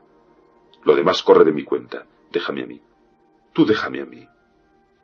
Poco después almorzaba Fortunata, y Maximiliano estudiaba, cambiando de cuando en cuando algunas palabras.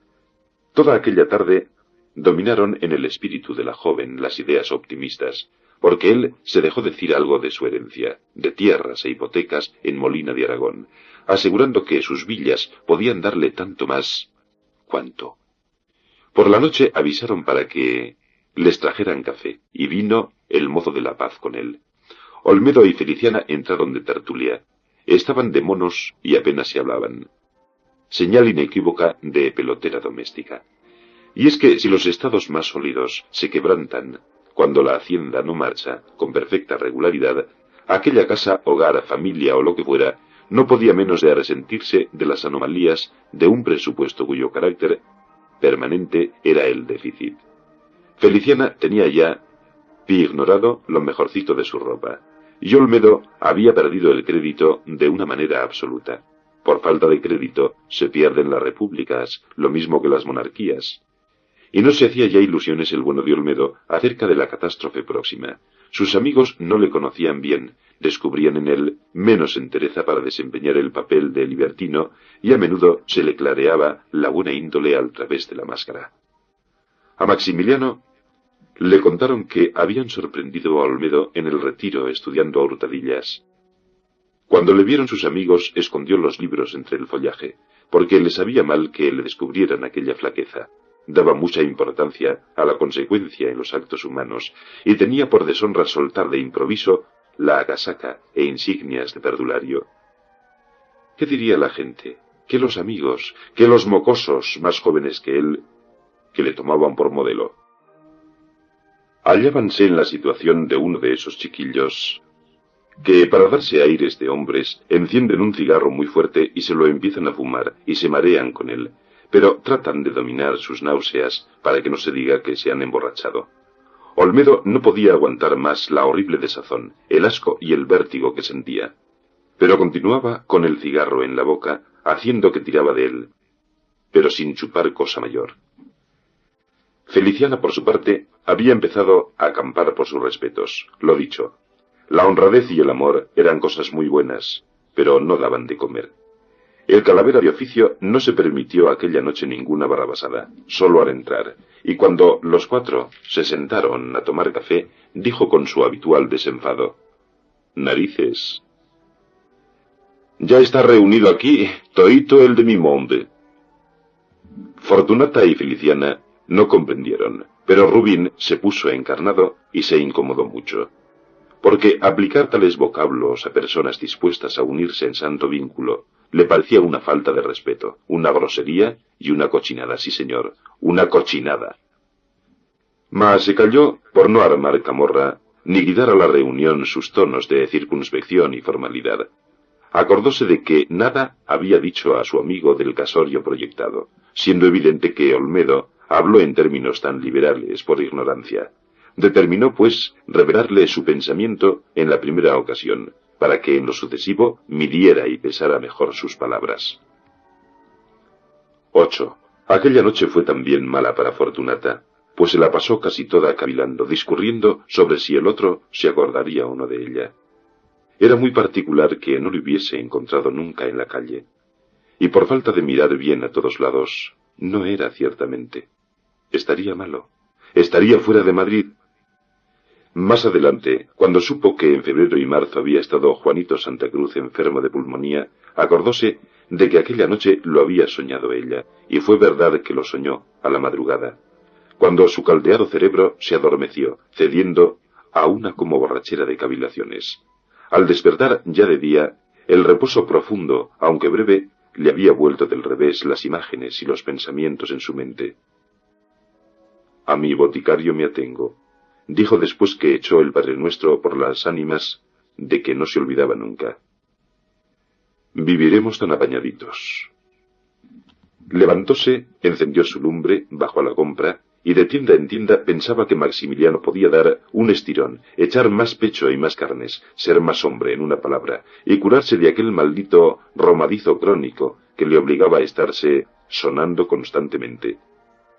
De la bondad de su corazón no había nada que decir, porque era un santo, y como se casara de verdad, su mujer había de hacer de él lo que quisiera. Con 4 palabritas de miel ya estaba él contento y achantado.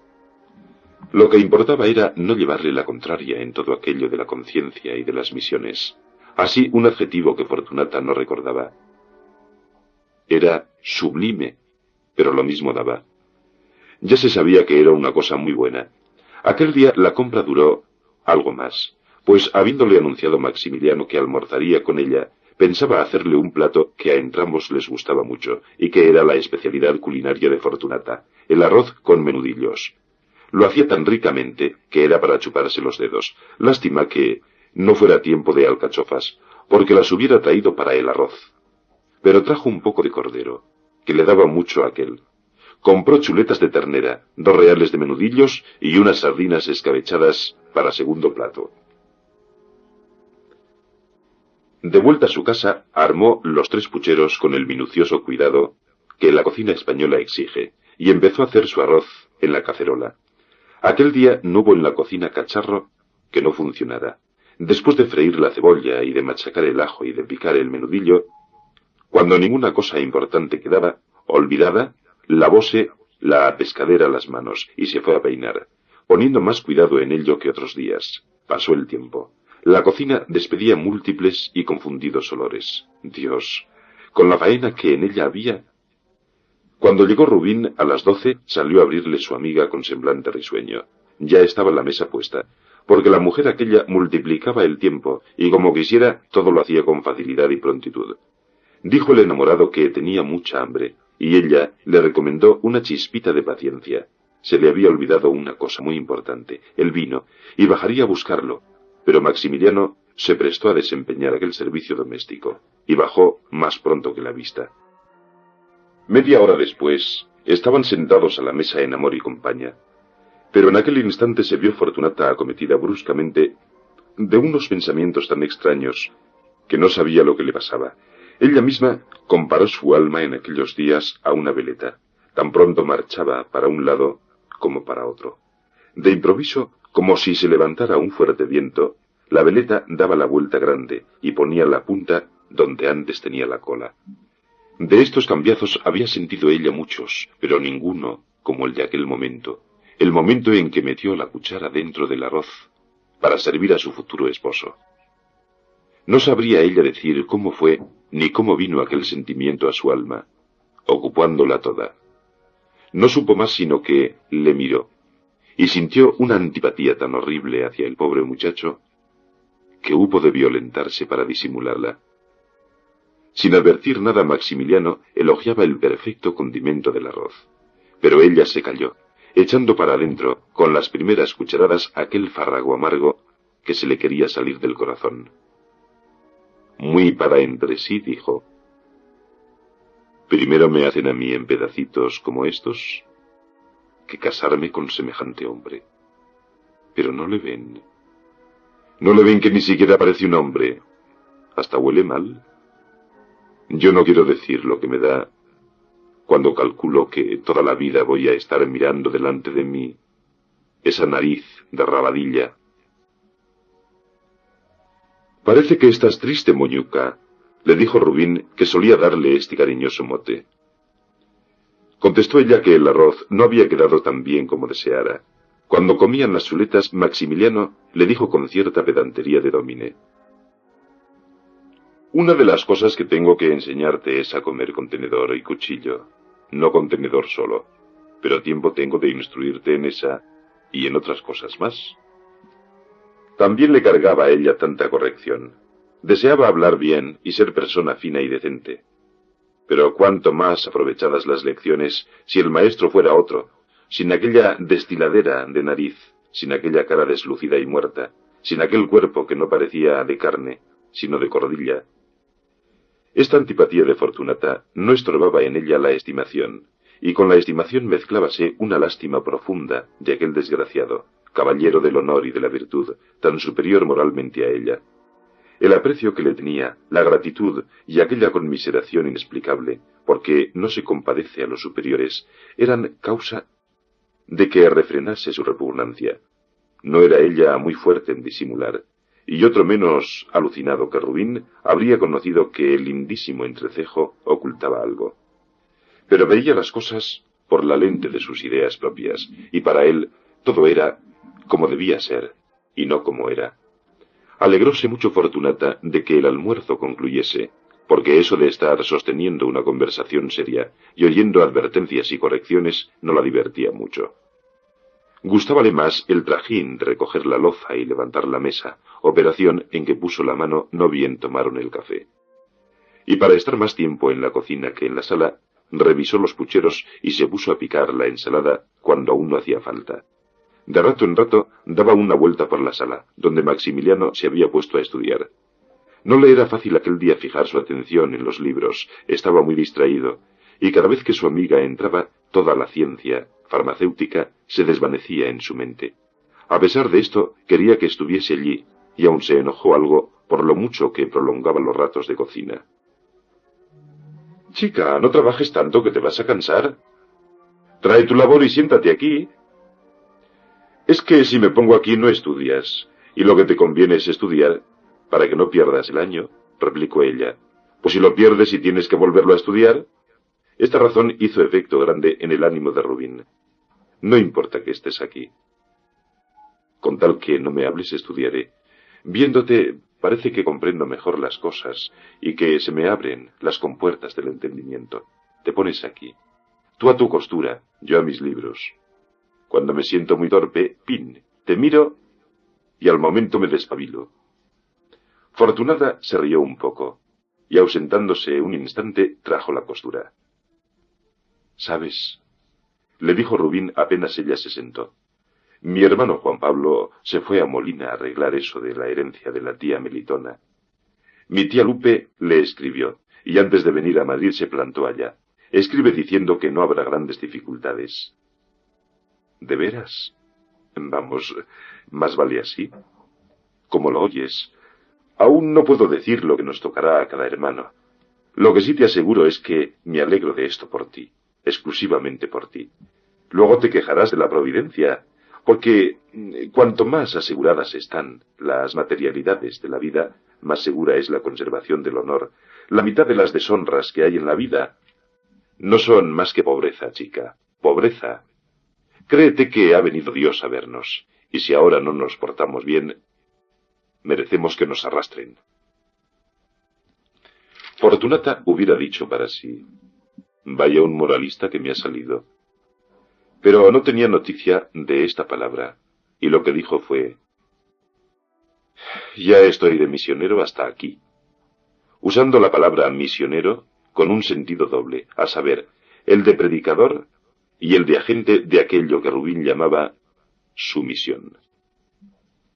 9. Maximiliano comunicó a Olmedo sus planes de casamiento, encargándole el mayor sigilo, porque no convenía que se divulgasen antes de tiempo, para evitar maledicencias tontas. Creyó el gran perdiz que su amigo estaba loco, y en el fondo de su alma le complacía, aunque admiraba el atrevimiento de Rubín, para hacer la más grande y escandalosa calaverada que se podía imaginar. Casarse con una... Esto era un colmo. El colmo del buen fin. Y en semejante acto había una mezcla horrenda de ignominia y de abnegación sublime, un no sé qué de osadía, y al mismo tiempo de bajeza, que levantó al bueno de Rubín a sus ojos de aquel fondo de vulgaridad en que estaba. Porque Rubín podía ser un tonto, pero no era un tonto vulgar. Era uno de esos tontos que tocan lo sublime con la punta de los dedos. Verdad que no llegan a agarrarlo, pero ello es que lo tocan. Olmedo, al mismo tiempo que sondeaba la inmensa gravedad del propósito de su amigo, no pudo menos de reconocer que a él, Olmedo, el perdulario de oficio, no se le había pasado nunca por la cabeza una majadería de aquel calibre. «Descuida, chico. Lo que es por mí no lo sabrá nadie. ¿Qué narices? ¿Soy tu amigo, sí o no? Pues basta, narices. Te doy mi palabra de honor. Estate tranquilo». La palabra de Ulmus Silvestris, cuando se trataba de la picardía, era sagrada, pero en aquella ocasión pudo más el prurito sismográfico que el fuero del honor picaresco, y el gran secreto fue revelado a Narciso Puerta, pseudo Narcissus odoriferus, con la mayor reserva y previo juramento de no transmitirlo a nadie. Te lo digo en confianza, porque sé que ha de quedar de ti para mí. Descuida, chico, no faltaba más, y ya tú me conoces. En efecto, Narciso no lo dijo a nadie, con una sola excepción, porque verdaderamente, ¿qué importaba confiar el secretillo a una sola persona, a una sola, que de fijo no lo había de propalar? Te lo digo a ti solo, porque sé que eres muy discreto, murmuró Narciso al oído de su amigo Encinas. Quercus gigantea. Cuidado con lo que te encargo, pero mucho cuidado, solo tú lo sabes. No tengamos un disgusto. Hombre, no seas tonto. Parece que me conoces de ayer. Ya sabes que soy un sepulcro. Y el sepulcro se abrió en casa de las de la Caña, con la mayor reserva, se entiende, y después de hacer jurar a todos de la manera más solemne que guardarían aquel profundo arcano. Pero, ¿qué cosas tiene usted, Encinas? No nos haga usted tampoco favor, ni que fuéramos chiquillas para ir con el cuento y comprometerle a usted. Pero una de aquellas señoras creía que era pecado mortal no indicar algo a doña Lupe, porque ésta al fin lo tenía que saber, y más valía prepararla para tan tremendo golpe. Pobre señora.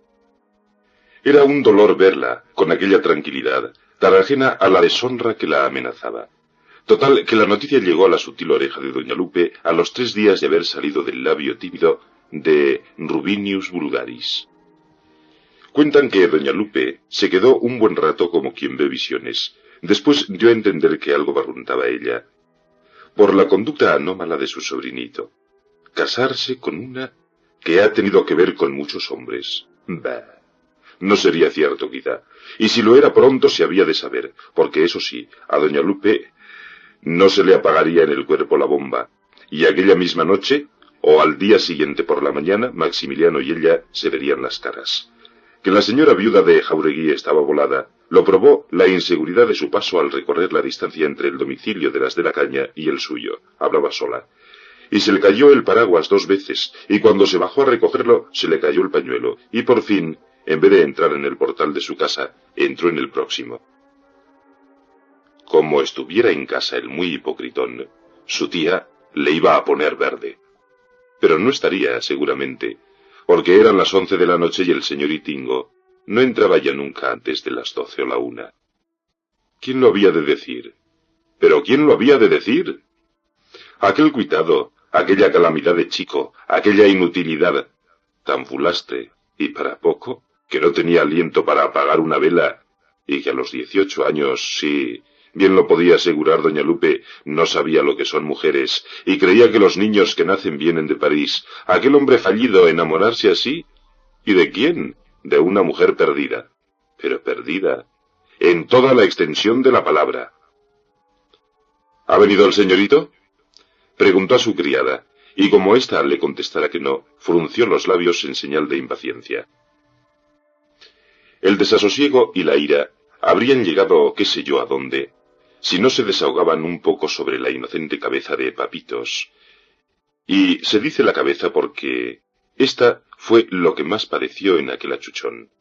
Ha de saberse que Papitos era un tanto presumida, y que siendo su principal belleza el cabello negro y abundante, en él ponía sus 5 sentidos, se peinaba con arte precoz, haciéndose sortijillas y patillas, y para rizarse el fleco, no teniendo tenazas, empleaba un pedazo de alambre grueso, calentándolo hasta el rojo.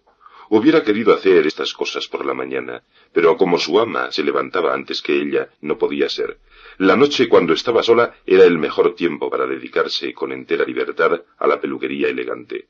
Un pedazo de espejo, un batidor desdentado, un poco de tragacanto, y el alambre gordo le bastaban.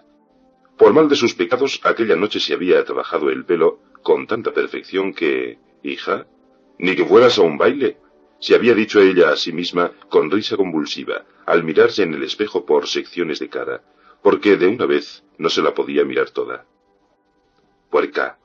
¡Fantasmona! ¡Mamarracho!», gritó doña Lupe, destruyendo con manotada furibunda todos aquellos perfiles que la chiquilla había hecho en su cabeza. «En esto pasas el tiempo. ¿No te da vergüenza de andar con la ropa llena de agujeros y en vez de ponerte a coser, te da por atusarte las crines? Presumida, sinvergüenza. ¿Y la cartilla? ¿Ni siquiera la habrás mirado? Ya te daré yo pelitos. Voy a llevarte a la barbería y a raparte la cabeza, dejándotela como un huevo». Si le hubiera dicho que le cortaban la cabeza, no hubiera sentido la chica más terror. «Eso. Ahora el moquito y la lagrimita. Después que me envenenas la sangre con tus peinados indecentes. Pareces la mona del Retiro. Estás bonita, sí. ¿Pero qué? También te has echado pomada». Doña Lupe se olió la mano con que había estropeado impíamente el criminal flequillo. Al acercarse la mano a su nariz, hízolo con ademán tan majestuoso que es lástima no lo reprodujera un buen maestro de escultura. «Gorrina, me has pringado la mano. ¡Uy, qué pestilencia! ¿De dónde has sacado esta porquería?» «Me la dio el sito Maxi», respondió Papitos con humildad. Esto llevó bruscamente las ideas de doña Lupe a la verdadera causa de su ira. Ocurriósele hacer un reconocimiento en el cuarto de su sobrino, lo que agradeció mucho Papitos, porque de este modo tenía fin inmediato el sofoco que estaba pasando. «Vete a la cocina», le dijo la señora, y no necesitó repetírselo porque se escabulló como un ratoncillo que sienta ruido. Doña Lupe encendió luz en el cuarto de Maximiliano y empezó a observar. Si encontrara alguna carta, pensó, pero qué. Ahora recuerdo que me han dicho que esa tarasca no sabe escribir. Es un animal en toda la extensión de la palabra. Registra por aquí, registra por allá. Nada encontraba que sirviera de comprobación a la horrible noticia. Abrió la cómoda, valiéndose de las llaves de la suya, y allí tampoco había nada. La hucha estaba en su sitio y llena, quizá más pesada que antes. Retratos no los vio por ninguna parte. Hallábase doña Lupe engolfada en su investigación policíaca, sin descubrir rastro del crimen cuando entró Maximiliano. Papitos le abrió la puerta. Dirigióse a su cuarto, sorprendido de ver luz en él, y al encarar con su tía, que estaba revolviendo el tercer cajón de la cómoda, comprendió que su secreto había sido descubierto, y le corrieron escalofríos de muerte por todo el cuerpo. Doña Lupe supo contenerse. Era persona de buen juicio, y muy oportunista. Quiero decir que no gustaba de hacer cosa ninguna fuera de sazón, y para calentarle las orejas a su sobrino no era buena hora la medianoche, porque seguramente ella había de alzar la voz, y no convenía el escándalo. También era probable que al chico le diera una jaqueca muy fuerte, si le sofocaban tan a deshora, y doña Lupe no quería martirizarle. Lelo y mudo estaba el estudiante en la puerta de su cuarto, cuando su tía se volvió hacia él, y echándole una mirada muy significativa, le dijo: «¿Pasa? Yo me voy. Duerme tranquilo, y mañana te ajustaré las cuentas». Se fue hacia la alcoba. Pero no había dado 10 pasos cuando volvió airada, amenazándole con la mano y con un grito: «Grandísimo pillo. Pero tente, boca. Quédese esto para mañana. A dormir se ha dicho». No durmió Maximiliano pensando en la escena que iba a tener con su tía. Su imaginación agrandaba a veces el conflicto, haciéndolo tan hermosamente terrible como una escena de Shakespeare. Otras lo reducía a proporciones menudas. «¿Y qué, señora tía, y qué?», decía, alzando los hombros dentro de la cama, como si estuviera en pie. «He conocido una mujer. Me gusta, y me quiero casar con ella. No veo el motivo de tanta... Pues estamos frescos. ¿Soy yo alguna máquina? ¿No tengo mi libre albedrío? ¿Qué se ha figurado usted de mí?». A ratos se sentía tan fuerte en su derecho que le daban ganas de levantarse, correr a la alcoba de su tía, tirarle de un pie, despertarla y soltarle este jicarazo. «Sepa usted que al son que me tocan bailo. Si mi familia se empeña en tratarme como a un chiquillo, yo le probaré a mi familia que soy hombre». Pero se quedó helado al suponer la contestación de su tía, que seguramente sería esta: «¿Qué habías tú de ser hombre? ¿Qué habías de ser?». Cuando el buen chico se levantó, al día siguiente, que era domingo, ya doña Lupe había vuelto de misa. Entróle Papitos el chocolate, y la verdad no pudo pasarlo, porque se le había puesto en el epigastrio la tirantez angustiosa, síntoma inefable de todas las situaciones apuradas, lo mismo por causa de exámenes que por otro temor o sobresalto cualquiera. Estaba lívido, y la señora debió de sentir lástima cuando le vio entrar en su gabinete como el criminal que entra en la sala de juicio. La ventana estaba abierta, y doña Lupe la cerró para que el pobrecillo no se constipase. Pues una cosa es la salud y otra la justicia. Venía el delincuente con las manos en los bolsillos y una gorrita escocesa en la cabeza, las botas nuevas y la ropa de dentro de casa tan mustio y abatido que era preciso ser de bronce para no compadecerle. Doña Lupe tenía una falda de diario, con muchos y grandes remiendos, admirablemente puestos, delantal azul de cuadros, toquilla oscura envolviendo el arrogante busto, pañuelo negro a la cabeza, mitones colorados y borceguíes de fieltro gruesos y blandos, tan blandos que sus pasos eran como los de un gato. El gabinetito era una pieza muy limpia, una cómoda y el armario de luna, de forma vulgar, eran los principales muebles. El sofá y sillería tenían forro de crochet, a estilo de casa de huéspedes, todo hecho por la señora de la casa. Pero lo que daba cierto aspecto grandioso al gabinete era el retrato del difunto esposo de doña Lupe, colgado en el sitio presidencial, un cuadrángano al óleo, perverso, que representaba a don Pedro Manuel de Jáuregui, alias el de los pavos, vestido de comandante de la milicia nacional, con su morrión en una mano y en otra el bastón de mando. Pintura más chabacana no era posible imaginarla. El autor debía de ser una especialidad en las muestras de casas de vacas y de burras de leche. Sostenía, no obstante, doña Lupe que el retrato de Jáuregui era una obra maestra, y a cuantos lo contemplaban les hacía notar 2 cosas sobresalientes en aquella pintura, a saber, que dondequiera que se pusiese el espectador, los ojos del retrato miraban a quien le miraba, y que la cadena del reloj, la gola, los botones, la carrillera y placa del morrión, en una palabra, toda la parte metálica, estaba pintada de la manera más extraordinaria y magistral. Las fotografías que daban guardia de honor al lienzo eran muchas, pero colgadas con tan poco sentimiento de la simetría, que se las creería seres animados que andaban a su arbitrio por la pared. «Muy bien, señor don Maximiliano, muy bien», dijo doña Lupe mirando severísimamente a su sobrino. «Siéntate, que hay para rato».